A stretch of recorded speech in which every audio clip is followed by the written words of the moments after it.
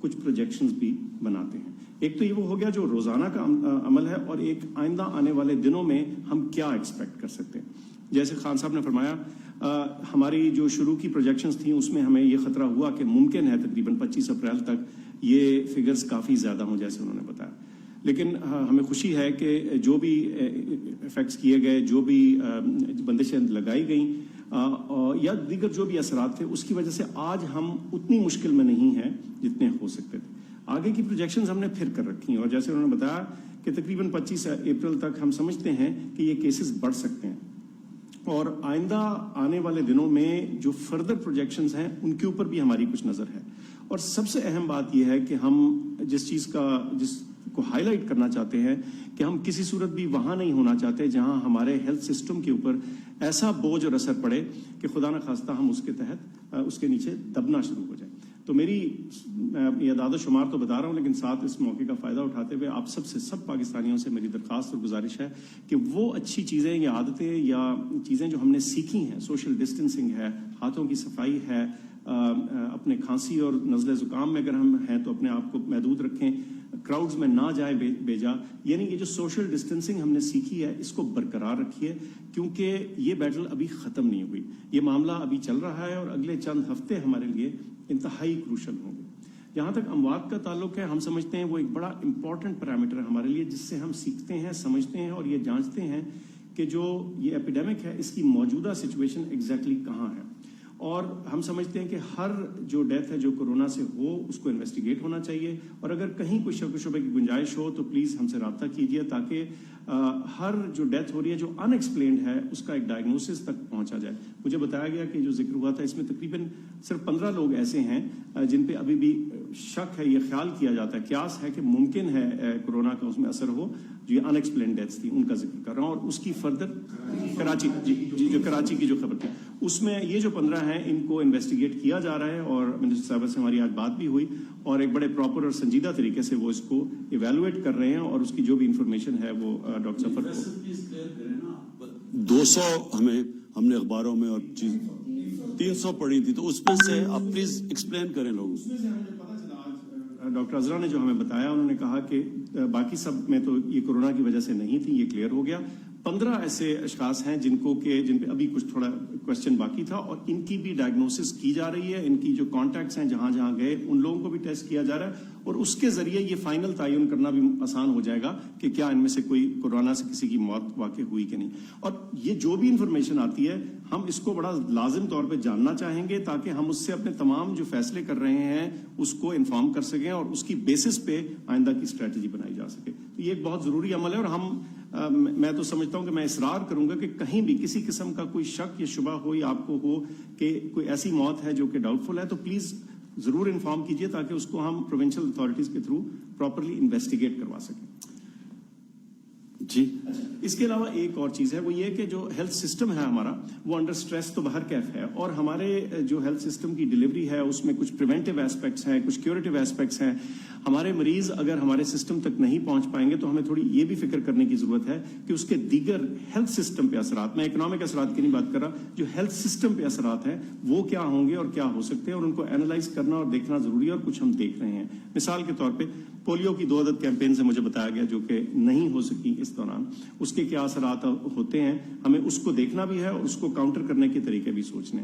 اس کے علاوہ اگر لوگ بیکاز آؤٹ پیشنٹس بند تھے تو کچھ لوگ جو ہیں اگر وہ بیمار ہیں ممکن ہے کہ وہ اپنا ہسپتال تک آنا پوسٹ پون کر رہے ہوں, اور ہو سکتا ہے اس کی بھی کچھ ہیلتھ امپلیکیشنز اور اثرات ہوں جو آئندہ آنے والے دنوں میں سامنے ہوں. تو ہم نے اس مکمل پکچر کو دیکھ کے آگے چلنا, اور یہ بہت ضروری چیز ہے کہ ایک بیلنسڈ, ہولسٹک اور جسے کہتے ہیں نا ویل راؤنڈڈ ویو کے ساتھ ہم آگے چلیں. میں بس اتنا کہنا چاہوں گا کہ جتنی بھی ہم پولیٹیکل لیڈرشپ کو ایڈوائس دیتے ہیں وہ کمپلیٹلی سائنٹیفک اور ایپیڈیمیولوجک اور ڈیٹا ڈریون بیسس کے اوپر ہوتی ہے, اور یہ انالیسز ہر روز بلکہ میں کہوں گا دن میں کئی دفعہ, ایک سے زیادہ دفعہ ہوتا ہے. اس پہ بحث مباحثہ, ہر شیڈ آف اوپینین, ہر مکتب فکر اور سوچ, سائنس کے اندر بھی آپ کو پتا ہے مکتب فکر اور سوچ ہوتے ہیں, وہ لیے جاتے ہیں تاکہ ہم ایک سمجھدار فیصلہ یا ایڈوائس دے سکیں جس کے بیسس پہ جو پولیٹیکل لیڈرشپ ہے وہ اپنا فیصلہ کرتی ہے. شکریہ. جی فیصل, شکریہ. دیکھیں ایک چیز ڈاکٹر فیصل نے کی وہ میں پھر ریپیٹ کرتا ہوں,